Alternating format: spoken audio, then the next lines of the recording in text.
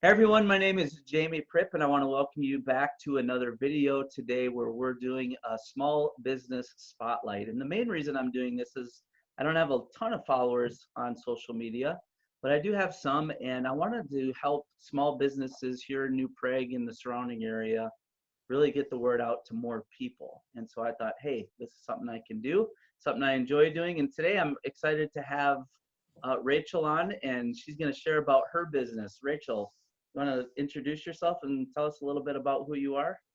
Sure. Hey, Jamie, thanks for having me. My name is Rachel McDonough. I am a certified financial planner and a certified Kingdom advisor.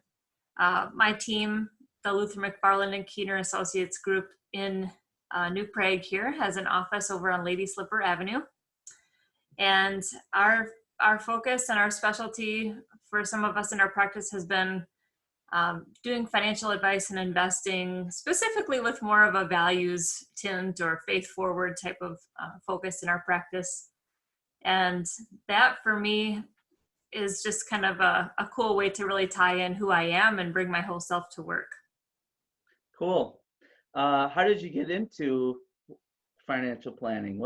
How did that happen?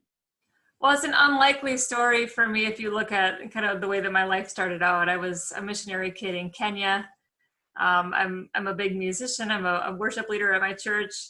So you think, what would a person like that have to do with investments and financial planning? But actually, it's been a cool career and a cool way to combine some of my different interests of both the worship and my faith, but also being able to really drill into strategies and come up with ways to solve problems for people.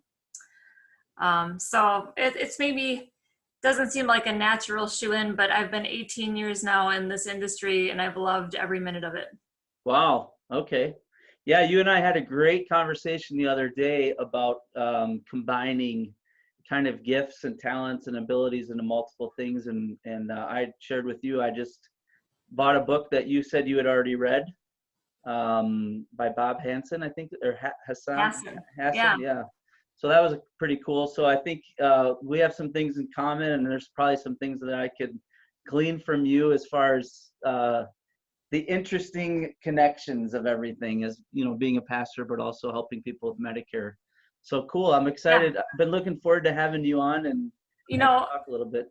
Before we go on, I just want to grab that book off my shelf and let our viewers know about it. Should we highlight it for them? Yeah, I don't have mine in front of me. Otherwise, I would show it too. I think I left mine in my bag over there. It is very cool. So if any of you guys are business owners, this is The Business of Honor by Bob Hassan and Danny Silk. And the subtitle is Restoring the Heart of Business. I listened to the audio version of it, and it was really helpful for me just in thinking about what matters. And I think that's what we're all thinking about these days as our lives have changed so much. Absolutely. It's such a great opportunity to stop and pause and say, what matters? What do I want to focus on? What do I want to prioritize in this new season of life? And whether you're a business owner or not, I think all of us are kind of taking inventory of our activities.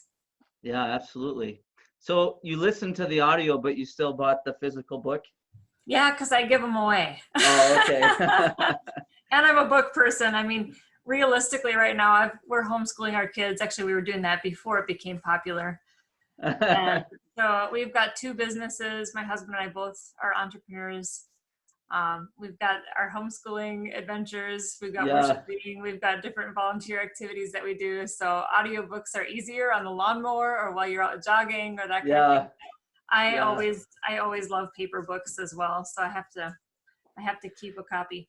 Well, I was just chatting with another kind of business partner associate, and I'm actually here at my office alone on a Friday afternoon. Was when we're recording this, and I said, man, and he said the same thing. We're homeschooling our kids, and it's a new normal. And I said, we've been doing it for 20 years, so I look for any opportunity I can to escape to the office. My house sounds like a junior high over lunch. So yeah.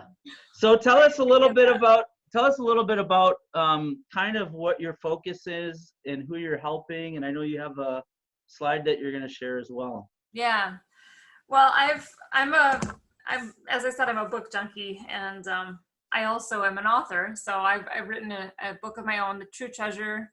This is really a book about values, implementing your own personal values into your financial decisions.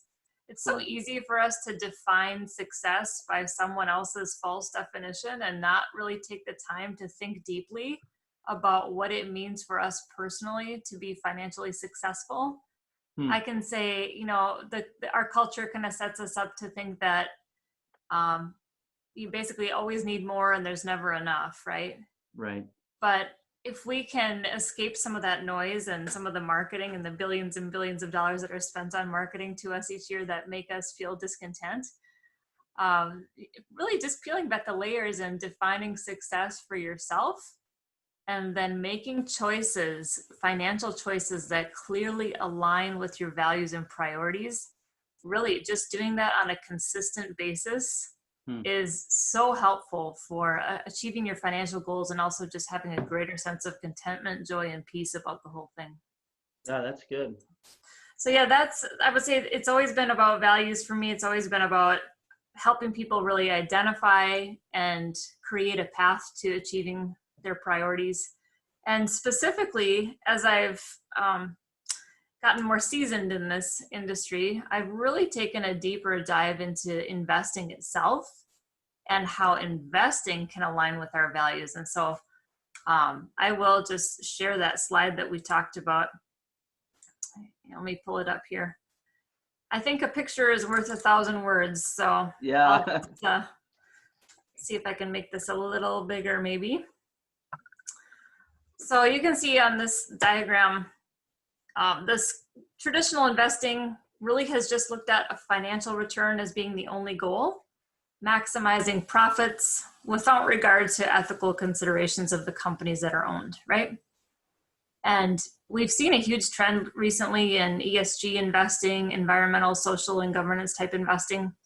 Values-based investing takes it even a step further and says, how can we not only have a strong financial return, but also have some type of social return that really maximizes our personal values and supports social causes and makes the world a better place without giving up financial return.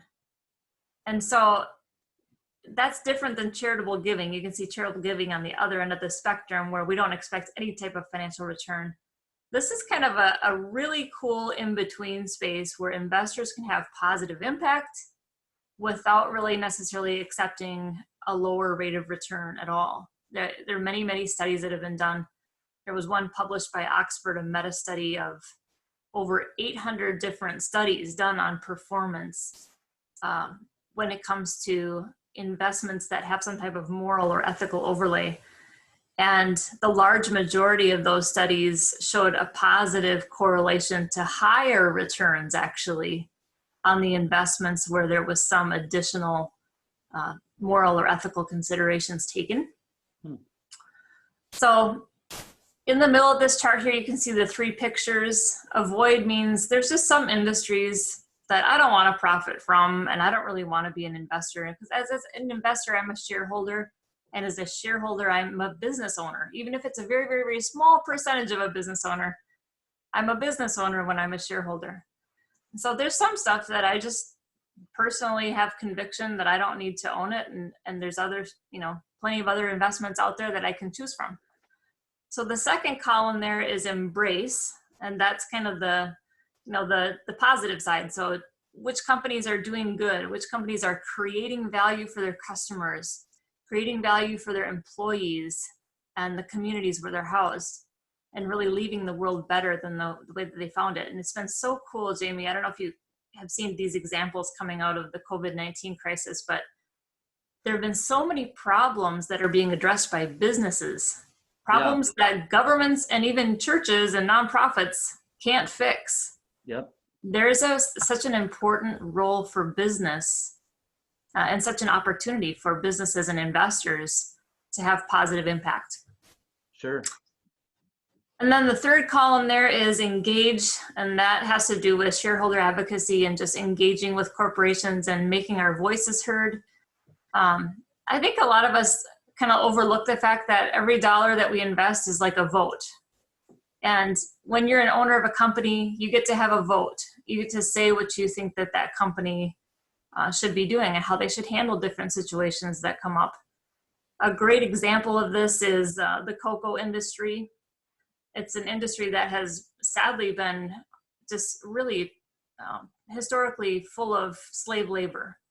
So most cocoa comes from West Africa, and in West Africa, it's not a huge, type of agricultural factory farm type of situation. It's more little tiny farms that produce cocoa, and they're scattered across West Africa. So it's very difficult for companies, big companies that manufacture the type of chocolate that we purchase at the grocery store, to be able to monitor their supply chain and see if there are slave labor instances happening there. But unfortunately, there's been a lot of children that are exposed to toxic chemicals and forced to work long hours in these types of farms. But what we're seeing is that through shareholder advocacy, companies like Hershey's and Cadbury are able to, advocate with their supply chain and explain that they would like to purchase chocolate that has a fair trade certified label on it. There has been a huge commitment from Hershey specifically to have all of their chocolate be fair trade certified by 2025. I could have the date wrong here, don't quote me. But it's really, when you have a share of a company, you do have a voice. And when you have a dollar to invest, you also have a voice. And every dollar that we invest can be a vote for the kinds of companies that we want to see profit, so that we can profit alongside them. Sure. So based on what you're sharing with me, one question that comes to mind then is I'm assuming that the type of person that you would work with, or the people that you would help, kind of have kind of a shared value, so to speak, that you're describing. Yeah, and it's not really specifically a religious thing. I have clients who are atheists who also share these types of values. Sure. Yeah. But yeah, I think people who want to have a positive impact and who want to be intentional about planning for their own definition of success and not settling for the default or being passive and working towards something. It's like being on a hamster wheel and you never quite get there. So when someone makes an appointment with you or meets with you, however that happens nowadays, I think you do a lot of meetings this way, I'm assuming. I do. What does that appointment kind of look like? Well, at first consultation is always no cost. Because of the COVID-19 pandemic, sure. I'm offering a more enhanced free consultation that goes beyond, just to get to know you, and really offers some next steps, so that even if a prospective customer does not choose to do business with me, I'm going to leave them better than when I found them. I'm going to take a couple extra minutes and, learn about their goals and give them some immediate next steps that they can take. I'm a big fan of action. And if somebody takes the time and the initiative to reach out and set up an appointment with me, I want them to leave with something valuable. Yeah. So that's the next step. The other easy way to kind of take a next step or get a little bit of connection, a little bit more advice, is the webinar series that I've started. And that's you were sharing about that. Yeah, that's really directly in response to the environment that we're in now, with, virtual advice, virtual meetings, also virtual education, right? So just like you are doing, you're embracing the environment that we're in, you're finding ways to add value, getting up to speed on technology. I am doing that as well. So on Wednesday, the 20th, I've got a Roth IRA strategies webinar that I'll host. And do you limit that to how many attendees, or? Well, that's the great thing about a webinar, is you don't have to count seats and order meals, and yeah, right. So it's really easy for anybody to just decide to join. Have you done some already in the last 2 months?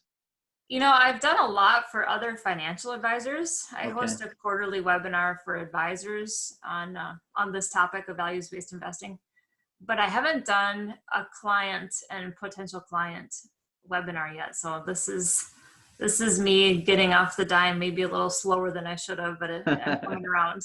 Yeah.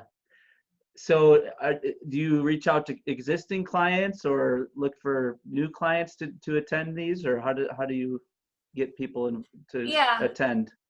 well, both. I think it's really they're ideal for prospective clients or just people who would like to get a little bit more information and aren't ready to commit to a meeting. My existing clients, if I've done my job right, they should know already if they have room for a Roth IRA strategy in their financial plan or not. Sure. And there are some clients who signed up, but the way that I've been getting the word out is through social media, through email invitations, just reaching out to people in my network. And then I have I'm blessed to have a number of advocates who really agree with this type of methodology very strongly, are passionate about it. I had somebody come up to me at a networking meeting before this whole pandemic struck and said, "Oh, my financial advisor is great. She helps me not just get a financial return, but also invest in a way that aligns with my values and helps me make a positive impact." And the woman at the networking meeting said, "Oh, that must be Rachel." I think, for most people, the only relationship they have with their investments is that of performance. So when we can help clients get a better connection and a better understanding of what they own and why, and how it fits with who they are as a person, I think it can really help in terms of getting the word out and just like naturally cultivating advocates within the customer base. That's awesome. So if people wanted to reach out to you and get in touch with you, what's the best way to do that? Thank you. Yeah, Rachel.McDonough, McDonough at ampf.com. Jamie, maybe you could put a link here in the Yep, I'll put a info. link in the description of the video. Yeah, we'll just put a link to that seminar sign up page, and be great to talk with any of you who are just interested in getting a little bit more information. And it shouldn't be a huge webinar. It should be probably less than 50 people. So we'll have time for Q&A too. Sure. Awesome. Well, thanks for coming on today and sharing about your business. And it's really cool to kind of hear the uniqueness about what you're doing. I really enjoyed that. And we'll make sure again that if you want to get in touch or with Rachel or attend the webinar, we'll put a link in the description of this video. And hope you have a great weekend. Thanks, Jamie. Yep. Appreciate the chance to be here. Yep. Have a great day. Bye-bye.